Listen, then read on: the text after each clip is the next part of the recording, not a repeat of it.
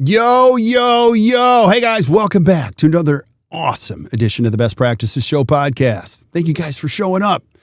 Today's Friday. I hope your week was a great one. And we're going to give you something to think about today. It's one thing to get patients in your practice. It's another thing to retain them. You got to have a great system for that.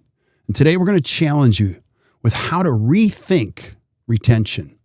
You also have to turn these patients into advocates. Easier said than done. Well, we did a presentation recently with Miranda Beeson and myself, which addressed both of these. And it was so good, I thought, let's share it on the podcast. So here's the audio version of that presentation. Please listen up. Hope you guys enjoy this. And please enjoy your weekend. We'll see you soon.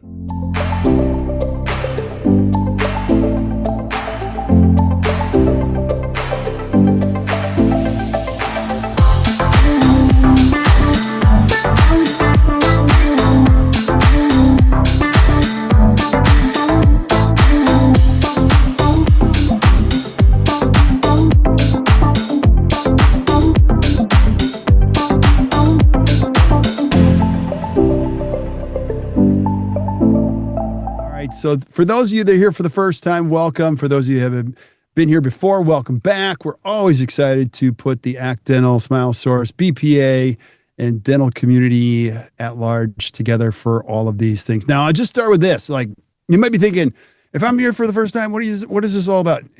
Part of what we do, well, actually, most of what we do is we help people create a better practice and a better life. So we're practice coaches. And so Miranda, who is an amazing human being, one of our amazing coaches here, but she's also the director of education and on our leadership team, pays very close attention to what is happening with our clients and some of the questions that we get inside the BPA. And so she develops the content for us to be able to solve the problems that you guys have. And this one is very, very important. So we coach a lot of practices all over the country who aren't necessarily broken. They're actually great practices. And they struggle with a lot of the same things that you do. And retention is a big one. So we're gonna help you rethink retention today, turning patients into advocates, and we'll explain what that means here shortly. So if you're on, congratulations. Today's gonna be a great day. And you can share these if you're inside the BPA with your team members, which I'm gonna highly encourage you to do. Because we love this stuff and we're going to bring it today. But the hard part is getting everyone aligned around you in your practice about how do we do this? So here's how this works. We only really do three things for the most part when it comes to helping people create a better practice and better life. And a lot of you, most of you are already in the Best Practices Association. So we're continuing to build the Best Practices Association. I always dreamed of a place where we could have connection inside of a community, add some great CE, some of the best thinkers. And so we actually have an app now. It's called the Best Practices Association. You can start the journey for free and you can do it on your own. You can say, hey, listen, I want to see what this is all about. You can go back there and ask questions. And that is level one. Level two is you can say, hey, listen, I've tried to do it on my own. I need some help. And I would highly encourage that you never do something on your own. You always do it in a group, and you can do that with the To the Top Study Club, which is one of my favorite things ever. So quarterly, we meet in person here in Milwaukee at our headquarters, and we're constantly developing the curriculum. Miranda takes the lead on that, and we put entrepreneurs with other entrepreneurs. And it's my favorite thing. It's one of my favorite things because I get to learn for a whole day. While we present the content, I also get to learn, like, what are some of the best dentists in the country doing? So it's pretty cool in a collaborative environment. You can join us. And at the end of today's webinar, I'll show you an opportunity where you can join us for free. It's called the Golden Ticket. And then lastly, if you've tried everything, you're like, I've tried everything, and I don't have time to think about this, you can hire an amazing coach like Miranda or the other coaches that we have, and it's our pro coaching program. That's our bread and butter. And again, our job is to help you think better about your practice and your life. So cool. Anything else you want to add, Miranda, before we roll? It's the place to be. So if you're not there, you're square, or be there or be square, whatever people say. Ooh, I like that. So I did put it in the chat. I put the link to the BPA and our website page that talks about TTT if you want to learn more about that. So check that out. I'm not kidding. Every single week, we have meetings about how we make this better, how we improve the process. It's not one of those things we just set it and forget it. We are actively working on how do we create a better experience. So I invite you on this journey to improve your practice and your life. Now, today, August 28th is when we're doing this. We're going to rethink retention and turn patients into advocates. And I'm going to start with a big phrase that I always use in the To the Top Study Club. And it starts with this. It's your problems aren't your problems. They're how you think about your problems. A lot of times, myself included, almost every problem I have, I can see the problem, I'm experiencing the problem, but I have to think about the problem. And what I'm going to encourage you to do today is just like, let's rethink how we attack retention or the process or how we look at it. And that's what today's about. And it's important. We always start with the why, because long-term, it is just not enough to retain patients. You have to create an experience and turn them into advocates who stay loyal. They refer others. You already know this. If 31 years of doing this, I keep saying that, but I'm like the old guy here. Like, all of your best patients come from other patients for the most part, and become champions of your practice. And when your patients know they feel valued, they're known, they feel cared for, they're more likely to return, accept treatment, and share your name in the community. So, and I just think this is going to get harder and harder and harder to market. Let me just say this. In 2025, we now have AI, and the amount of information that's coming at all of us is at lightning speed. And if you're familiar with what happened in Milwaukee, where I live, we just got flooded a couple weeks ago. Now, I'm not looking at social media, billboards. Every single person I know is going, who's the best you know? Who do you know? Who do you know? Like, we are leaning harder and harder into people we can trust. And I believe that's going to be the truth for most every business, especially dentistry in the future. And trust is going to be your number one currency. And a lot of it has to do with these processes and how you think about them. So rethinking retention is about going way beyond. Like, you might think, well, it's our recare system. No, it's not. It's bigger than that. We're going to go way beyond that today. It's about building that trust and connection at every touch point. Now, some of you might be thinking, well, I don't have time for this. I'm moving too fast. My question to you is this relational or is this transactional? Because if it's just transactional, everyone can feel it. You can feel it when you go into another business. I love more than anything when I walk into a business and somebody knows me. They're like, you're back. I mean, as simple as it is, Starbucks, they all know my name there. And I love it. Morning, Kirk. It's hard for me to go somewhere else because I love those guys, High patient turnover leads to waste in marketing dollars and unstable revenue. It just does. And so we got to learn how to keep the right type of patients. And when patients don't feel connected, they quietly leave, like you don't hear from them, without ever giving feedback. They just disappear. And they're afraid to tell you that I don't want to come back to your practice because the person up front didn't know me. You guys don't even care, blah, blah, blah. Loyal patients refer like-minded people. Avatars attract avatars. If you've been doing this for a long time, you already know that it works because somebody comes in your office and they go, all right, I know how this works. I hear you're really good.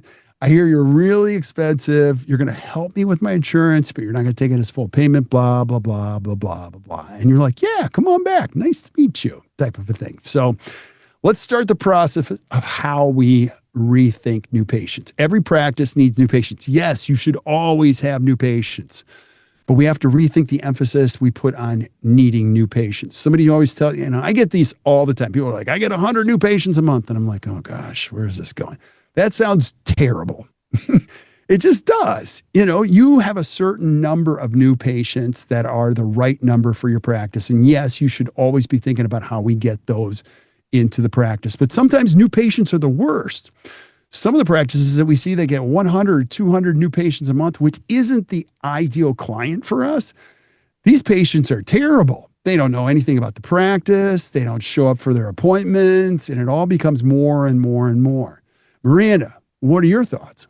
Yeah, I just wanted to share a piece around new patients as you get started on this. Is there is so much time, effort, money, energy spent in dental offices towards acquiring new patients. The number of times that we talk about new patients more than we talk about our existing patients is significant.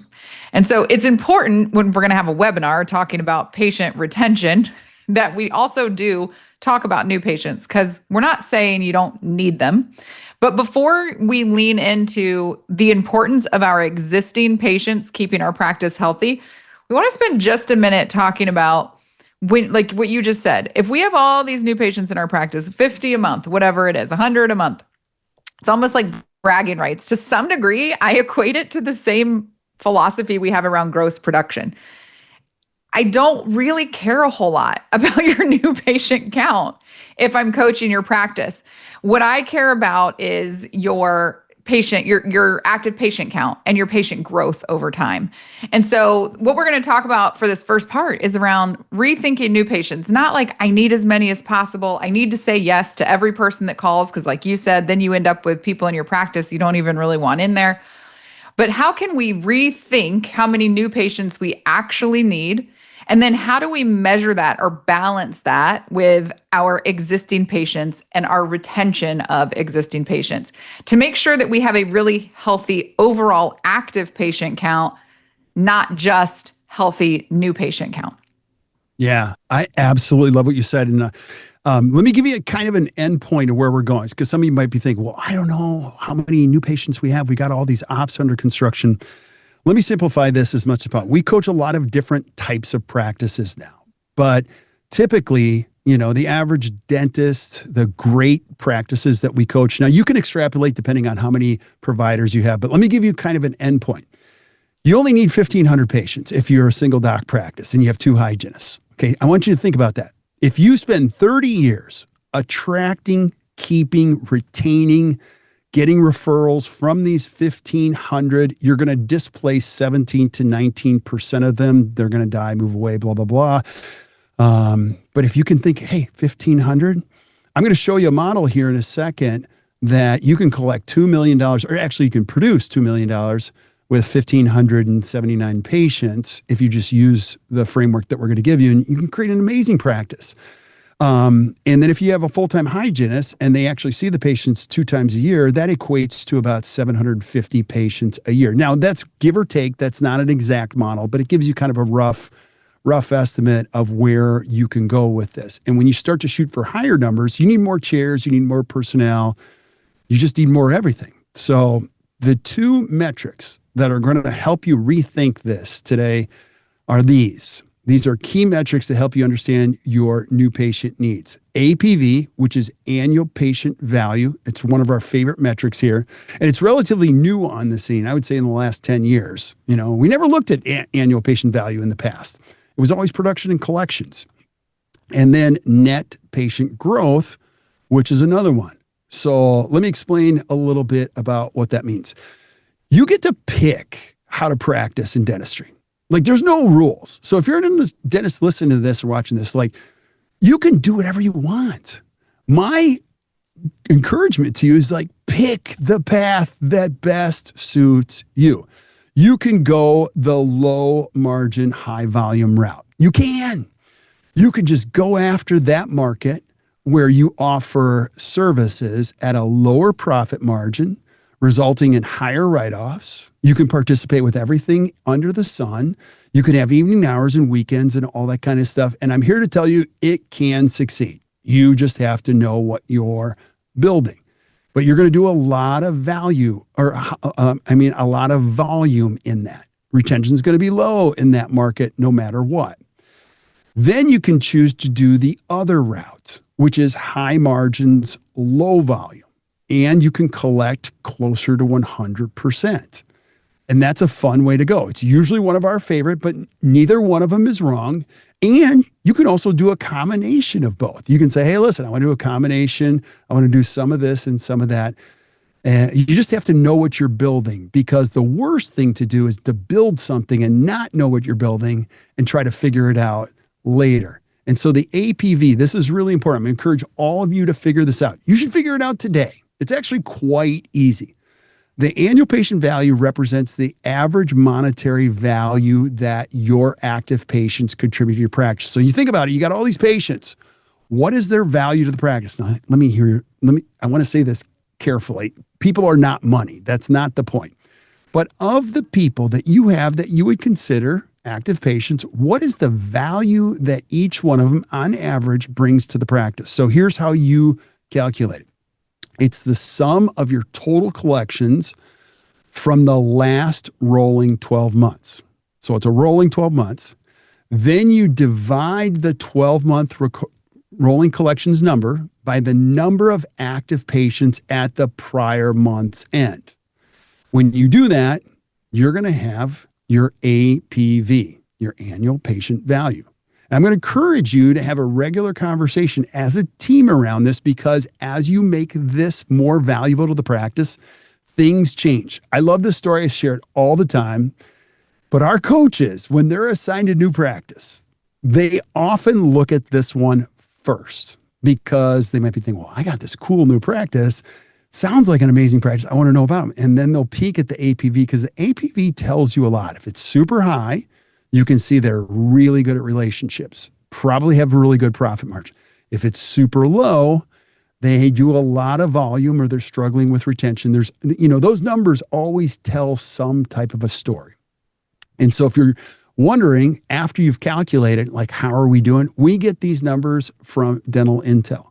And over 10,000 installs, this is where they stack up. So the top 10% of dentists, according to the Dental Intel information and practices, annual patient value is $1,103. Average is $644.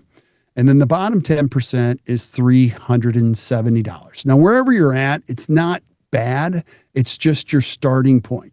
And you can actually fix your practice, improve retention and profitability if that goes up quarter over quarter.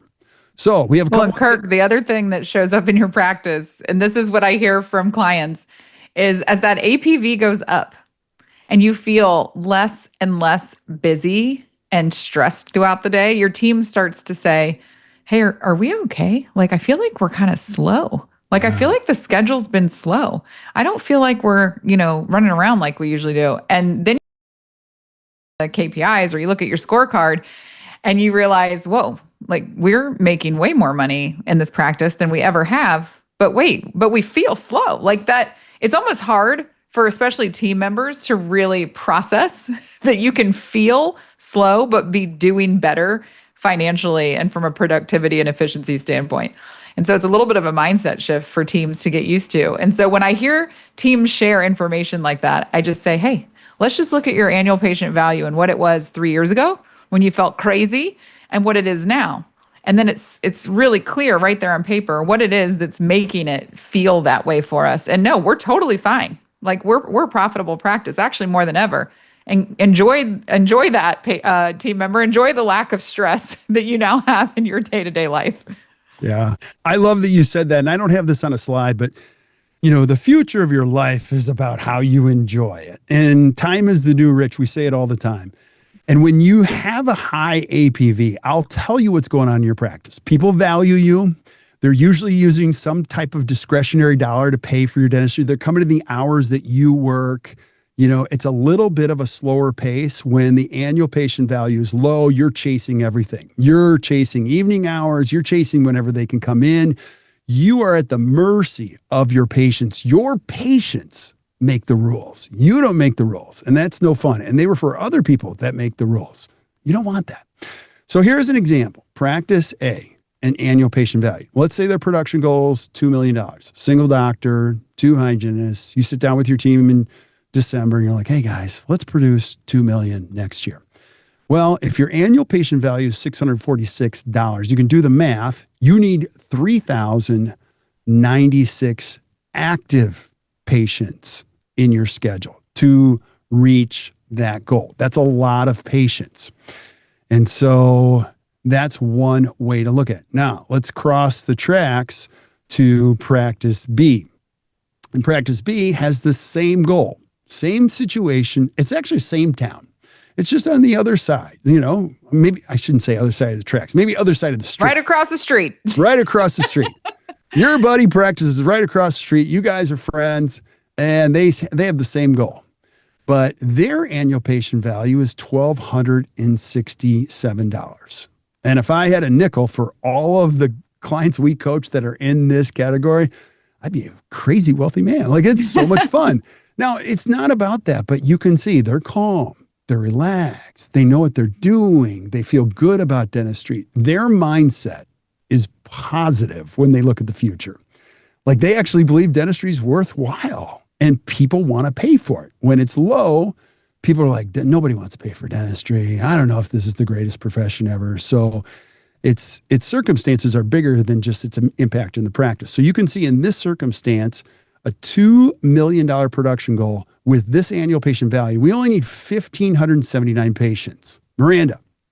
Well, number one, that's almost half the patients. So Yes. Imagine what the difference is. But I also wanted to sneak in really quickly. There was a question about the APV and if it's reported in Dental Intel or if it has to be done manually. So if you have Dental Intel, just FYI, yes, it does it for you. This is actually a screenshot of how it's reported on a dashboard in Dental Intel. It's on the collections dashboard within Dental Intelligence. However, if you don't have Dental Intelligence, yes, manual calculation is just as easy as what Kirk shared earlier. Run your 12 months rolling collection totals and then take your current active patient count and do that division, and you've got your answer. But Dental Intelligence does it for you. This is a screenshot of exactly what it would look like. And when you're in Dental Intel, you hit that little bar graph that you can see in the corner of this image, and it gives you a 90-day and a year over year. So you can see over time how that's changing for your practice. And you can see the trends. You can tell, hey, when I started doing more comprehensive dentistry and building clear aligners into my practice 18 months ago, that's when we saw the shift from $560 some dollars in APV up to $700 and some dollars in APV. Okay, then I started incorporating some perioprotect or maybe some sleep therapy, or I went to that course and started treatment planning quadrant dentistry and scheduling in advance instead of tooth by tooth reacting to emergencies that came in the door. Man, I remember that was last December I went to that course. Look at what changed in my APV, and you can really see those trends over time. Yeah, totally agree. It's so true to watch all of those. And what's really cool now, doing this as long as I have, we always knew that. But now we can actually see the data, the transparency that we have now with Dental Intel. We plug it into all of our practices that have compatible softwares. You can see all these movements. You can see them in real time, day to day. So it's pretty cool. Now, as far as rethinking it, here's an important piece of it. We want to be thinking about how this affects the overall practice. So new patients, you obviously want to have some type of a plan to attract the right type of new patients for your practice. Then we want to recapture patients that have fallen out of the active status or fallen out completely. And we want to minimize lost patients that fall out of the active window. And what that gives you is net growth. And these are net patient growth. And again, here's another screenshot of Dental Intel. This is a metric that we pay very close attention to. It's net growth. So again, it's APV and net growth. And new patients do matter, but net growth matters more. So in this particular circumstance, you can see this practice has 22 new patients in a month. Their goal is 74. That should be the first one. You're like, oh gosh, why would I want 74 new patients? And as you look at this, we had 22 new patients. We recaptured 10. But we lost 56. So the net growth was 24. And maybe, Miranda, you can give some more context around what a recaptured patient is or truly what a lost patient is. Absolutely. I love this box on the performance board. So when you look at new patients, we all know what that is. That's how many patients came in the door this month for the first time ever with those new patient appointment codes. Recaptured is when we have brought patients back into our active patient pool because they have now scheduled, but they were previously inactive due to not having been in the practice in the last 18 months. So, for example, maybe the admin team on this particular practice does a really great job of that hygiene recare follow-up system.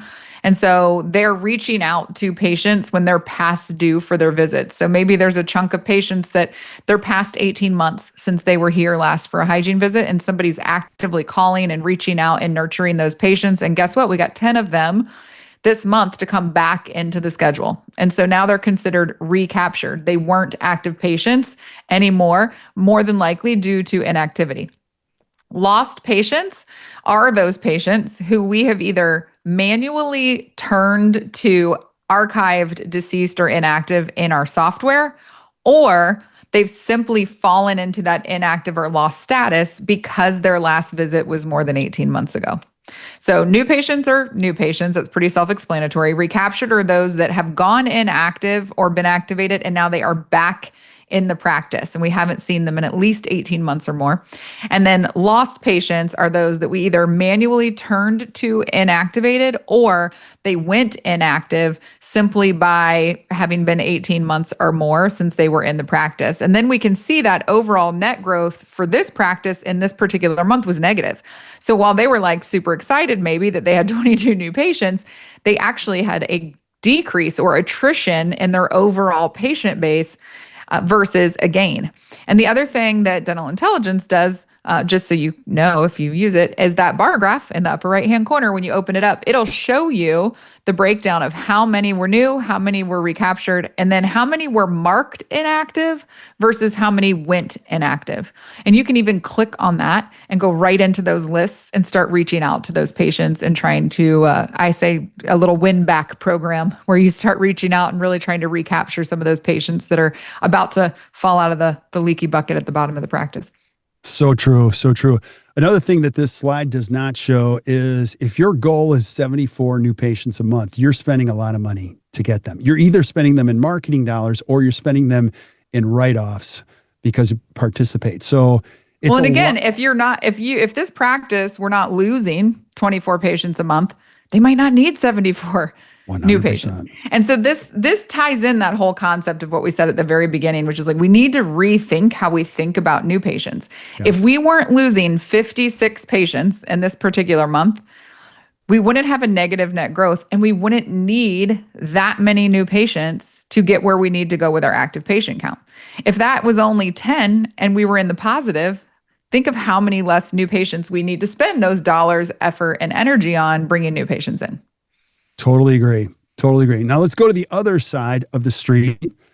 And in this practice, goal is 40 new patients a month. So right now in this particular month, we got 16 new.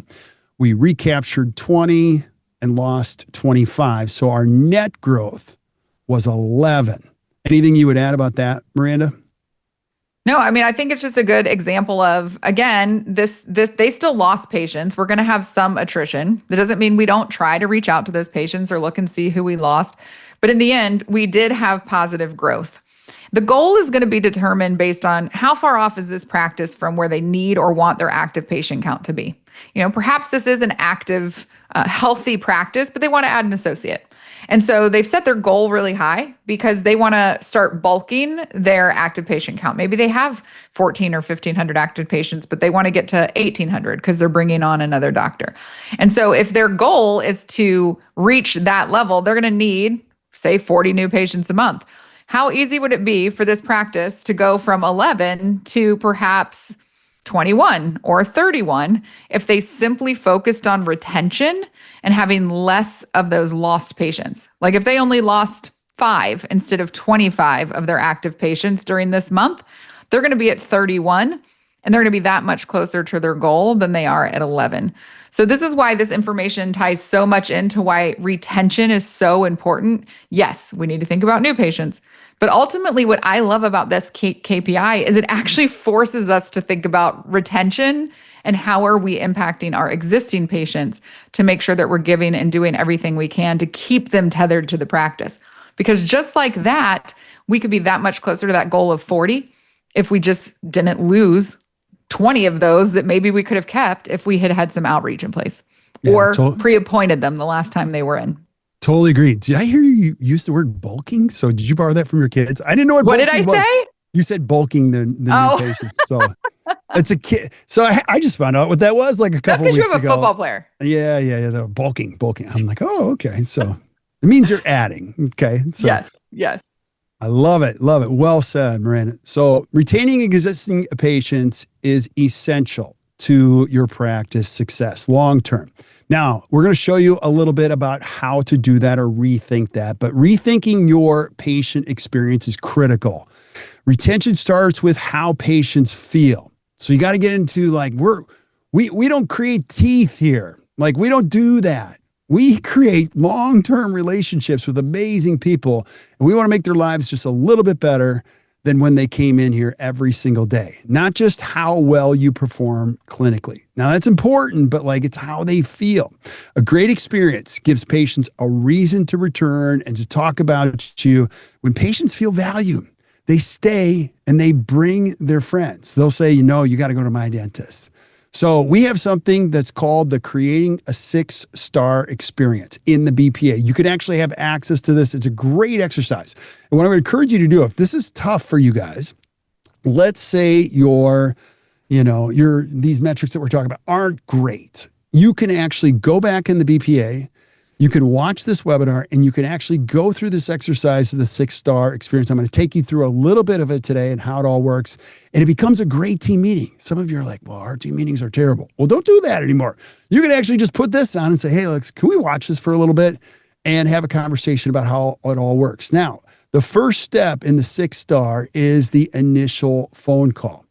Number one, you've got to have some active listening. You got to fully concentrate, listen, understand, and confirm what you heard with patients. I always love somebody who will listen more than they will talk in this role and who's usually really good at asking questions. Engagement's a big one too. You got to have a great tone of voice, be able to pause, not to rush people, remember patients' names, and they have to care for the most part. You got to make scheduling easy too. Now, it's not about just letting anyone in your schedule. That's not what I'm saying. But you got to be easy to do business with, not so dogmatic and things like that. But consider what questions to ask. The question is the answer. Don't get good at answers. Get really good at questions. And you can help guide these patients to the right spot. And then lastly, you can just gather information and decide what information is important to make this process seamless. Now, Miranda, you always talk about having the pad. You always had a notepad up front, right? Oh, yeah, for sure. I had a new patient call sheet. I was very diligent about not tapping away in the computer and just plugging in their phone number and their insurance information. I was taking notes about what the patient was sharing with me because it's so important to know what it is that they want or need for their time with you, because now you can customize their experience or decide if maybe we're not even the right fit for you and what you want. I was actually recently listening to new patient calls with a client of mine. And when you just mentioned guiding them, what we hear often is, you answer the phone, it's pleasant, it's warm, it's wonderful. The patient asks, are you taking new patients? You say, yeah, we sure are. And then there's that silence. And it's like, okay, the patient's like, well, do you take my insurance? Like they don't know where to go from there. And so they just ask the next most reasonable question to them, which is usually, do you take my insurance? Versus the word you just used, guide, which is my favorite word about talking about phone calls, is that our job is to guide the patient through the call, to guide them into the questions and help us to know what we need to know about how they fit into the practice, to guide them into the schedule, into the most appropriate way, to make sure we're sharing the expectations of what they can expect when they come in and costs and all of those things. It's so important for us to make sure that we are the ones driving the phone call and not just answering questions and then leaving that silence for the patient to then ask the next question. They don't know what they need to ask. They only know very simple, specific questions, and it's usually something very transactional. And what we want to really do to make sure that we're driving the phone call appropriately is to ask that really important information about what it is they're looking for in a new dental home. What are their expectations for their first visit with us? And make sure that we are, in fact, the right people to serve them. Every now and then we're not. If they tell you I'm just looking for someone who takes my insurance so I can get my 2 free cleanings a year, or if they end up telling you they've already been to 3 other practices and they were told that they needed to have periodontal surgery and we're not a perio office, if they're just saying, I want to make an appointment and we just take all their information and schedule them, they're going to show up and then their expectations aren't going to be met because we're not going to be able to provide what they're looking for. So it's really important to have that piece of paper in front of you, help guide the patient through the phone call, and really learn as much as you can possibly learn about them so that we can make sure they end up in the right place in our schedule, or again, make sure they're the right fit for our practice. Yeah, it's so true. And it's really important, whoever's asking the questions is controlling the conversation. Now, we're not talking about like hyper control or anything, but you're guiding them by asking the questions. And what Miranda said is so true, is like, you don't want the patient to take over the phone call, because this could be 20, 25 minutes long, and it ends up the patient doesn't even schedule. So got to be engaged, got to be curious, asking great questions. And I don't know if this has ever happened to you, Miranda, but these kids now that come to the door for the pest control things, like they're so sweet. And they're like, Mr. Mayor, can I ask you a question? Sure. Do you care about your home? Yes, I care about it. Do you care about your family? I'm like, yes. Oh gosh. And then before you know it, they're asking me all these questions. Now I'm sharing a story with them. And then Sarah's like, what did you just Kirk, sign they're up so for? much better than the ones that come to my door. I had one come the other day and he literally said, hey, I was here from, pest control. He said, maybe you're like your neighbors and you already have someone who's taking your care of your pest control. And I was like, you just unsold your product. I know. I don't so get your those guy's way ones. better than my guy at Oh asking my questions. gosh. When I closed the door, I'm like, what a great kid. Told the kid everything about my life. I don't even know what I just signed up for. Like, that's so cool. And they're coming It's so back. funny. Kirk, I want to jump into really quick two things. We have someone in the chat named Irma who actually shared one thing that you'll think is super cool and then has a question. So Irma shared, when we were just talking about APV, a great wake-up call on how much our active patients mean to us. 1 year of collections, it's a little over $3 million. Active patients is 829. That means that $3,807.71 is our APV. We're a small practice with 10 employees, fee for service, 12 to 15 new patients a month. Most are referrals from other existing patients. Great wake-up call on how much we want to really be grateful to our existing patients. So true that we need to be able to value them. Wow. Well, that is one heck of a successful practice that. right there Thank at you over for sharing $3,000. And so Irma then just asked a follow-up question when we were chatting. So I feel like now's the right time to answer it. They said, can you tell us a continued conversation? So if you do say, yes, we're taking new patients, like how do you continue that and guide them versus just saying yes and waiting for the patient to ask the next question? So I say follow it right up with a question. So if we'll just do this really quick, if a patient calls and I say, thank you for calling Dr. Behrendt's office. This is Miranda. How may I help you today? And they say, hi, are you taking new patients? I'm going to say, oh, yes, we're absolutely taking new patients. I'm so glad you called. Like I said, my name's Miranda. What's your name? And I'm going to get their name. I'm going to write it on my little notepad or my piece of paper. And then I'm going to say, Kirk, thank you so much for calling. What's going to be the most important thing that you're looking for in finding a new dental practice? Because right then and there, it's not a yes or a no, and I'm going to learn a little something. It might be as simple as, I know it's been a while and I need a hygiene visit. It might be, I woke up last night and my tooth is throbbing and I need someone to take a look at it ASAP.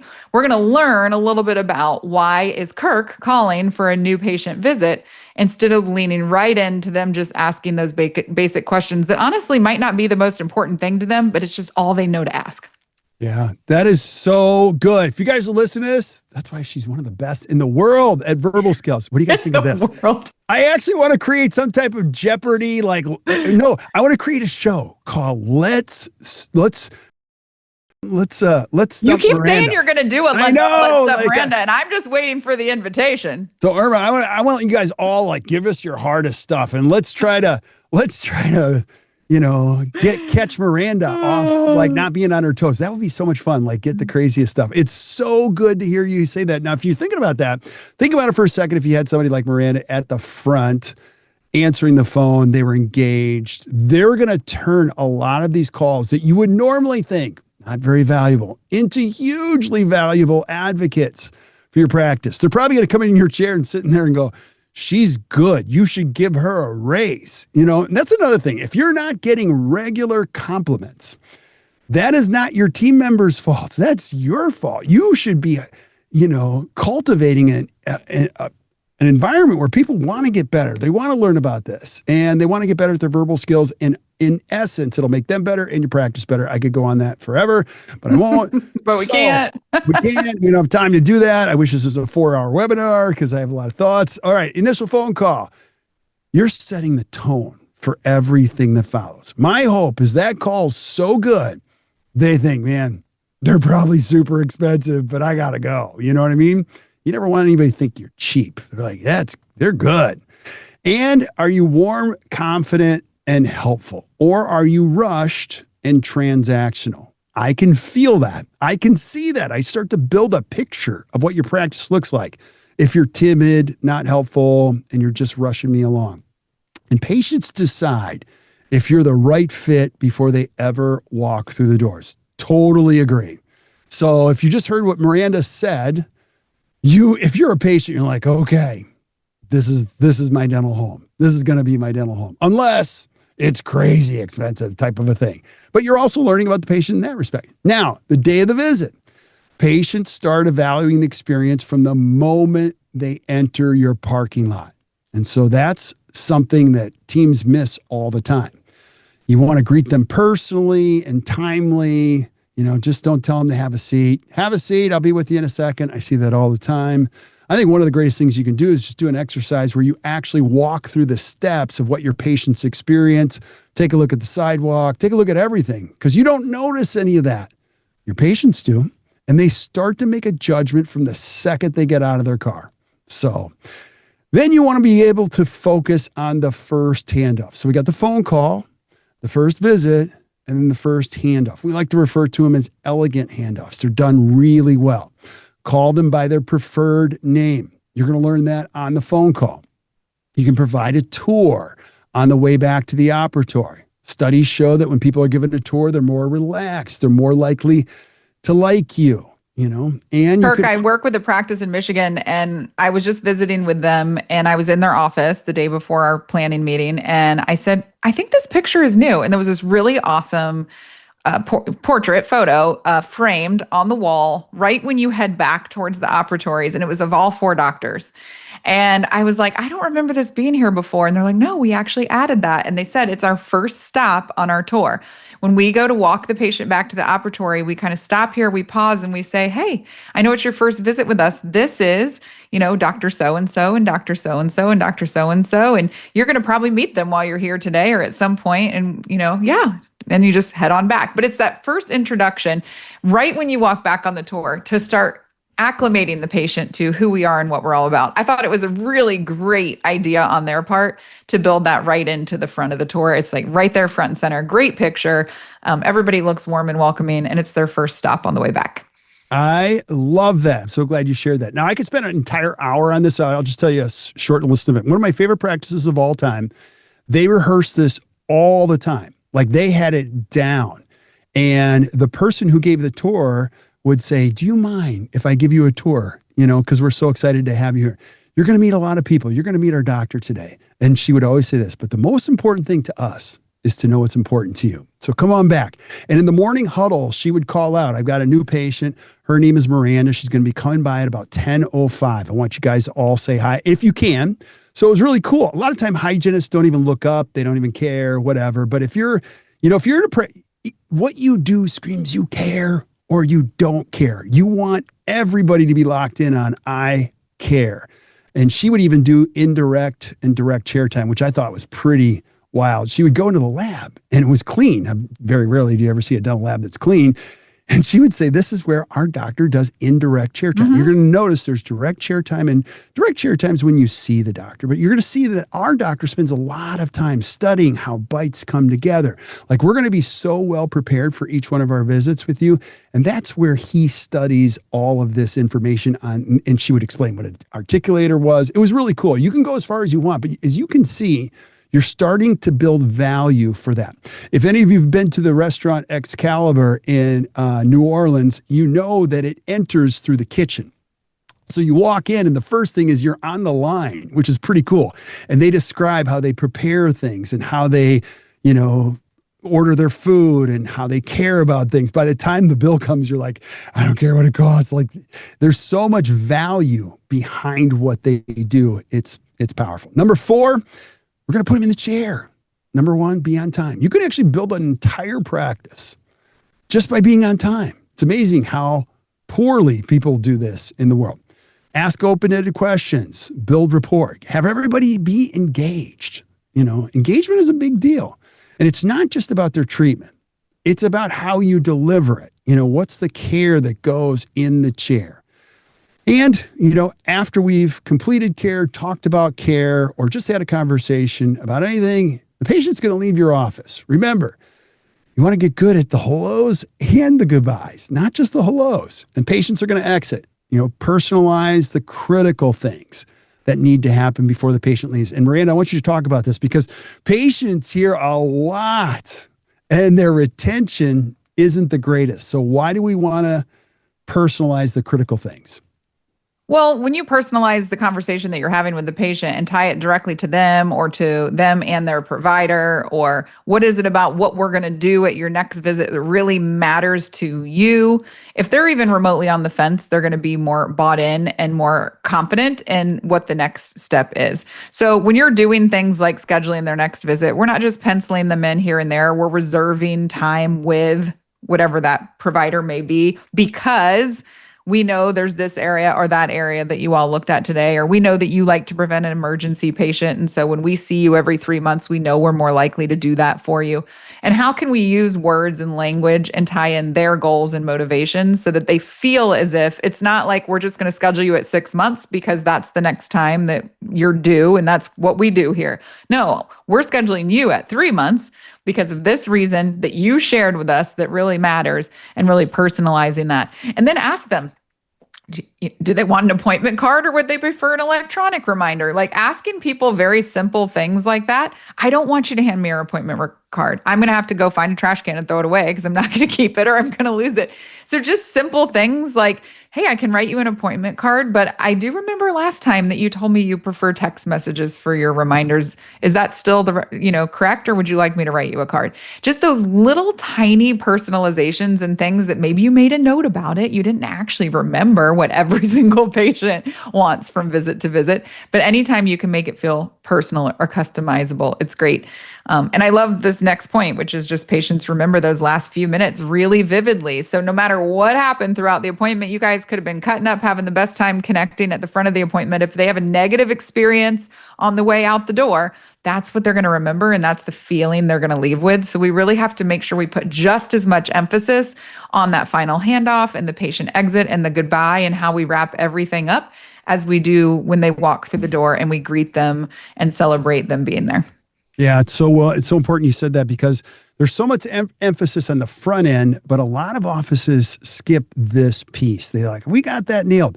And I'm just here to say, like, the more you do up front, the less you have to do later. Cancellations kill your practice. People don't cancel on their friends. So you really want to make sure that we do this really, really well. So it minimizes the challenges that could possibly happen later in the process.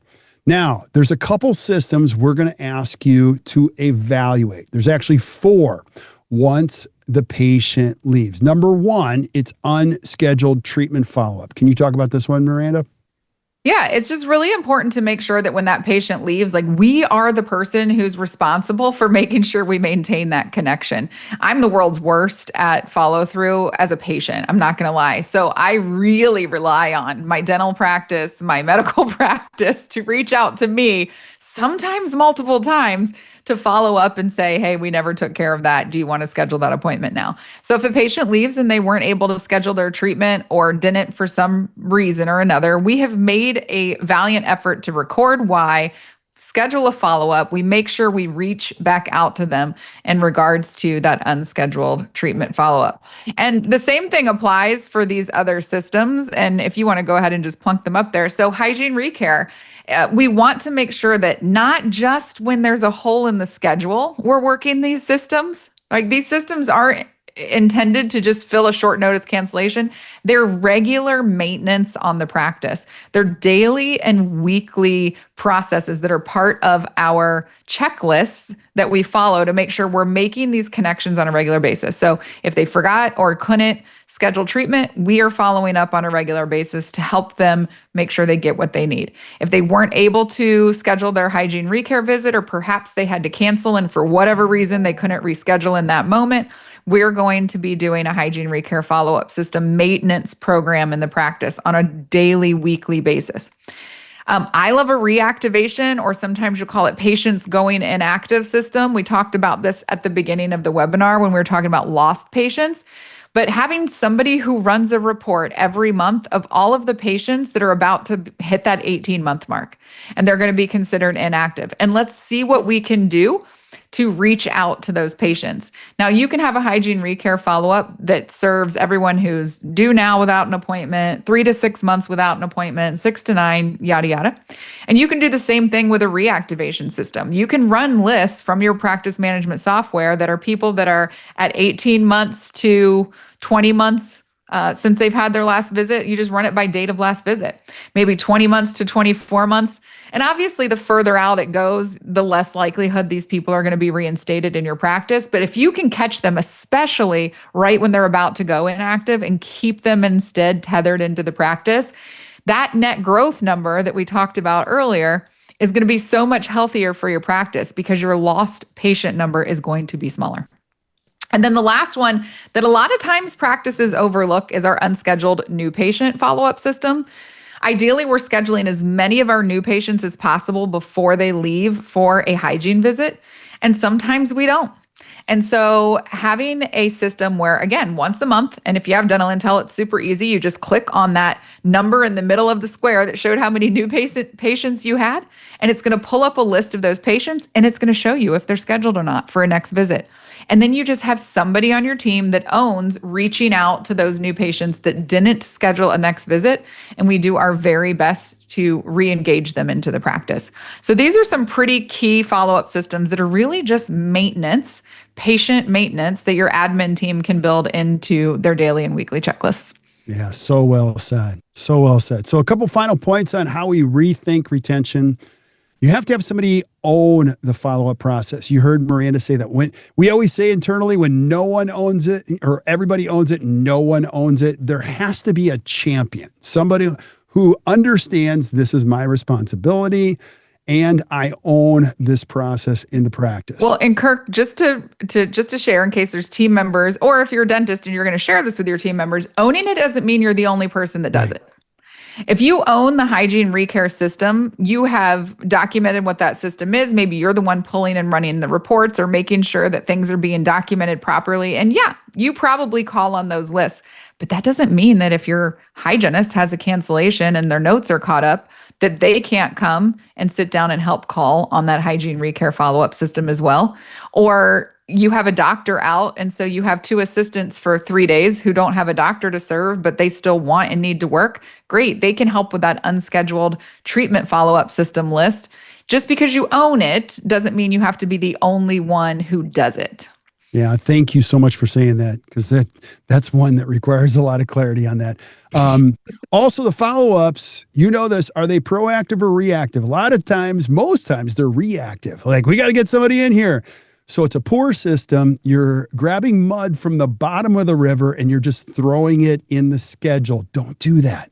That's why if you use this framework correctly, you're always going to be proactively improving these processes, reaching out, finding the good patients and putting them in your practice.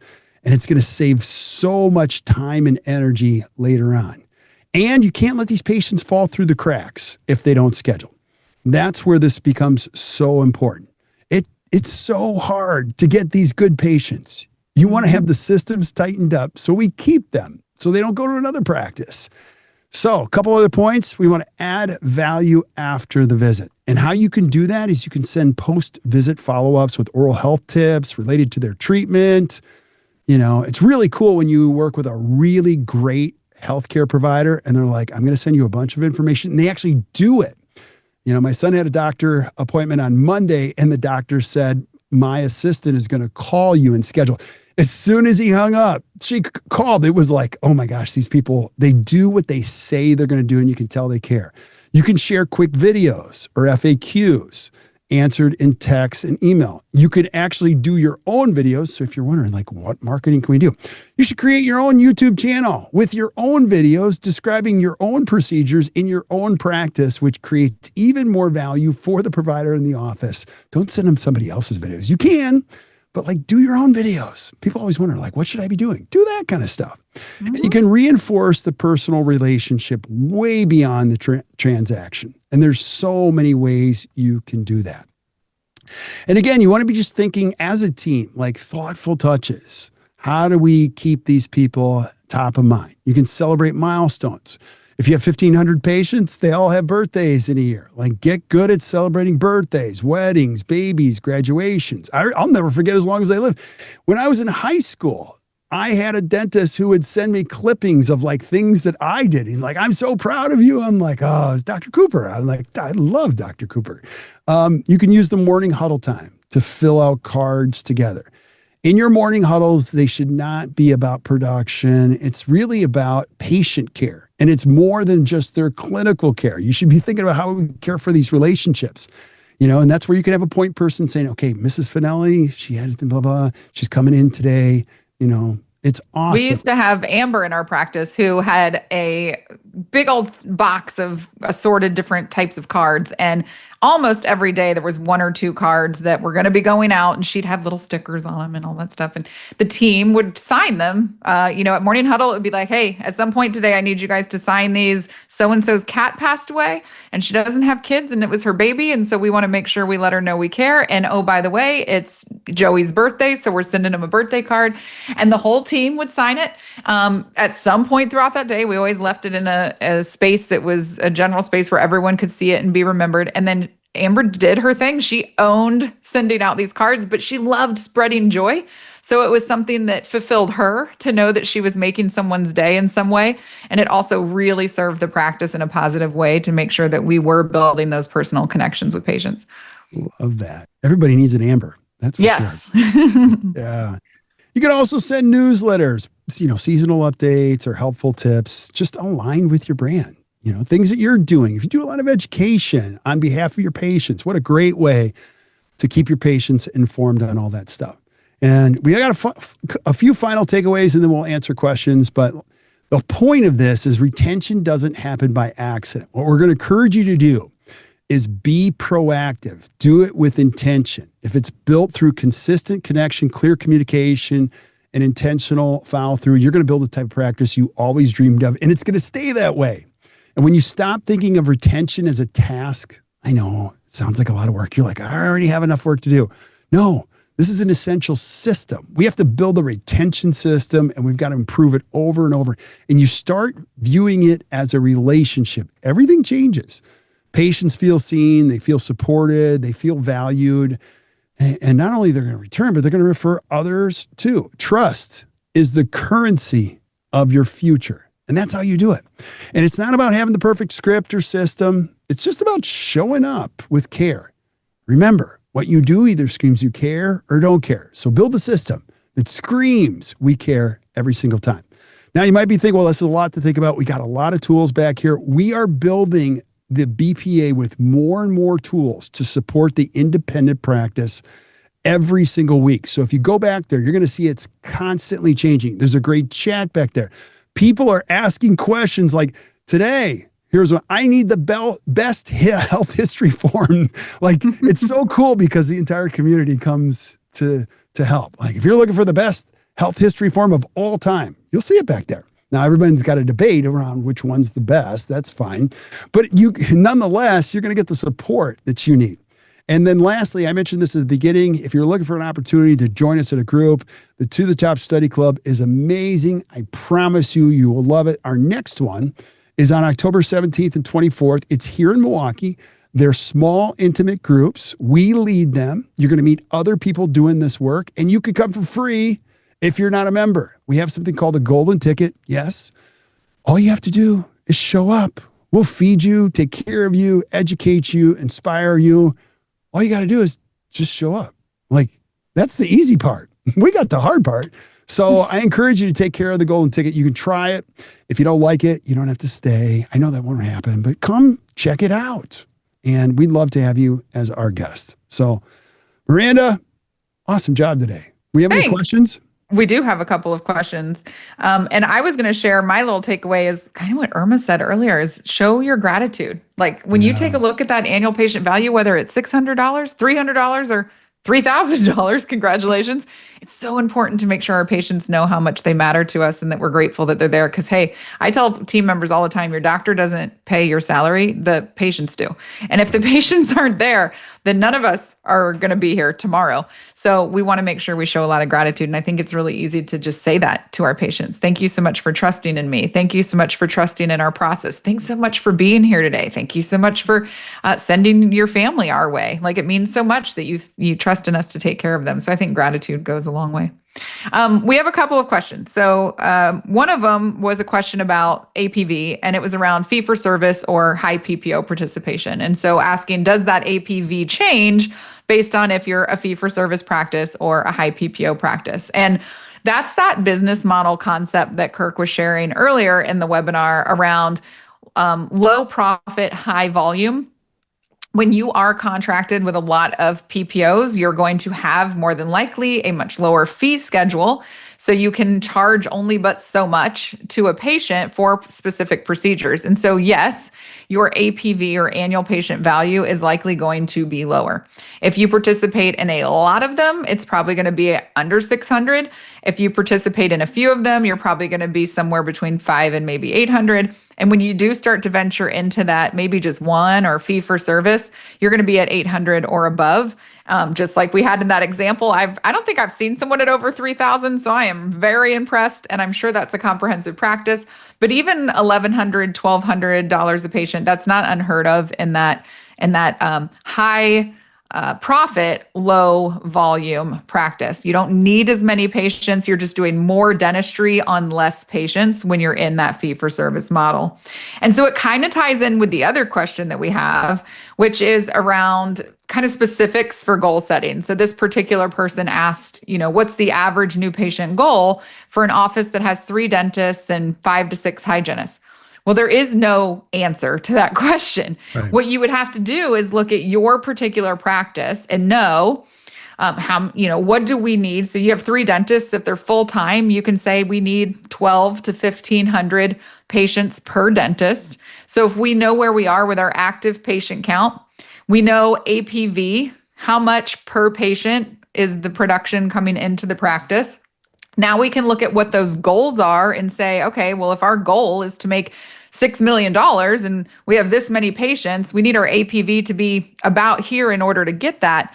If we're not there, we have a couple of options. We can bring in more patients to get to where we need to go, or we can find a way with the same number of patients that we have to raise our annual patient value. How can we have more dentistry on the patients that we already have?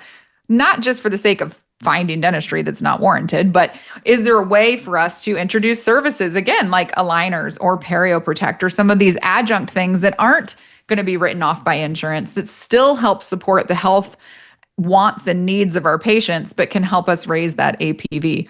So there is no blanket answer to, hey, my practice is this size. How many new patients do I actually need per month? You have to look at the specifics of your practice. Do you have anything to layer on to that, Kirk? I love that question. And I would say this, I would absolutely agree with what you said 1,000%, but I would say this, you do have to have a number. So however you get to that number, it's got to be a combination of all the things that Miranda mentioned. And I've got 50 stories and not enough time to tell them. But one of my favorite stories is John Cranham. He would help me understand new patients. He's like, listen, my style of practice, I only work 14 days a month. I need to be having one conversation per day, meaning a consult, one per day, meaning I need to do one comprehensive exam per day, and then having a review of findings, knowing full well that only 50% of people are going to say yes to the dentistry. And that gave him some type of a system that was simple. And I remember his chief chairside assistant, when her number one job was to prepare the case that he was going to be looking at the next morning, because he worked 7 to 3. So he'd come in at 6:30 and he would be looking at a case that he would present the findings and the treatment that first patient of the morning. So I'm not asking you to do that. But what I am saying is he knew exactly the number of new patients he needed to see. And a lot of this is based on acceptance and other things in style of practice. But my answer is, you need a number. But Miranda, I know you have to jump off. I'm going to let you go. And I can't thank you enough. I am so grateful. I did put the CE in the chat, by the way. So anybody that's looking for the CE, go to the chat. It is there. And the final question that's been in the chat a couple of times is, will this be recorded? Yes. And you can always find it in the BPA. And the CE is also always linked to the recording post in the BPA. So if you didn't get to see all of it, or you have some team members that want to watch, you can go back and watch the recording. And the CE link is available right there in the description of the event recording. Kirk, you did great today. Well, you set that up. You made that great. So Miranda's the magic Jenna behind did tell me that I was glowing today, but also she didn't want to leave you out and wanted you to know that you always make her smile with your amazing energy and simple takeaways. Awesome. Well, we'll just end on that note. Jenna, thank you so much for your kind comments. Thank you guys for showing up. The conversation continues, as always, back in the BPA. So join us where you'll find out more. Better practice, better life. So thank you guys. Hope you guys enjoyed that. I hope everybody has a great day. Goodbye, everybody. Bye.